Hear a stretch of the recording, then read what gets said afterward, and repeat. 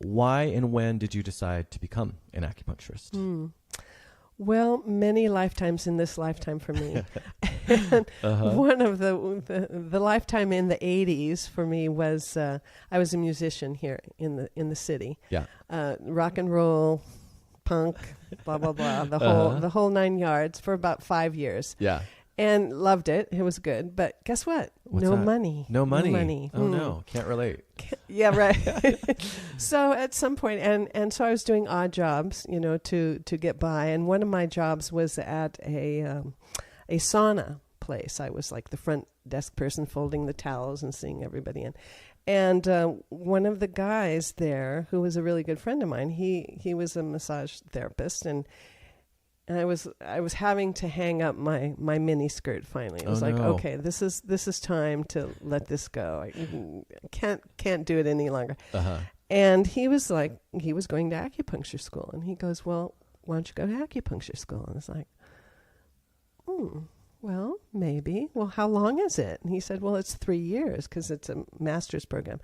3 years? Oh my God. And it's like, he goes, what else are you going to do for the next 3 years? I was like, well, you do have a point. Nothing else going on. Nothing else going on. But I had experience using acupuncture myself. I mean, I was telling you earlier the story of having this spinet piano that I attempted to move from one end of my long San Francisco apartment to the back, and pulled my back out.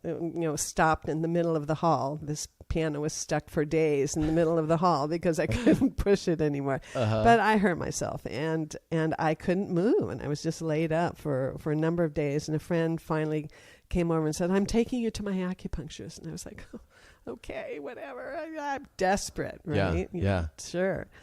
And it was miraculous. It's just like kind of went in bent over in pain and walked out straight up in no pain. It's like, wow. Yeah. Incredible. Right. And then also during that time, since I didn't have any money, one of the guys in the band was, I was getting sick, and go down to Chinatown, go to the back of the herb store, the guy's standing there, he'll take your pulse, look at your tongue, he makes a diagnosis, can't ask you any questions.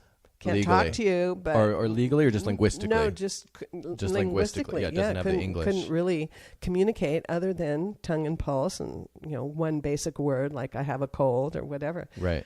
And you'd go to the front and buy your herbs and go home, boil them up, and that was my medicine. It was very cheap. It was like $15 or something like that. And effective. Very effective. Yeah, or else you wouldn't keep going back. Yeah. So I had, and plus it was, it was exotic, and it was like cool to boiling herbs, So anyway, so I had experience in both of them. And so it was like, okay, I'm going to do this. Yeah. Kind of made a list, a pragmatic list of, what, sounds good. I can be my own boss. I can, I could trade if somebody, if the whole system crashes, I'll trade for eggs, it's like all these things. So it's like, yeah, I'm going to do it. So it was kind of pragmatic, but at the same time, here it is, almost 30 years later. Yeah. Yeah. So it's worked out. It's worked out. Yeah.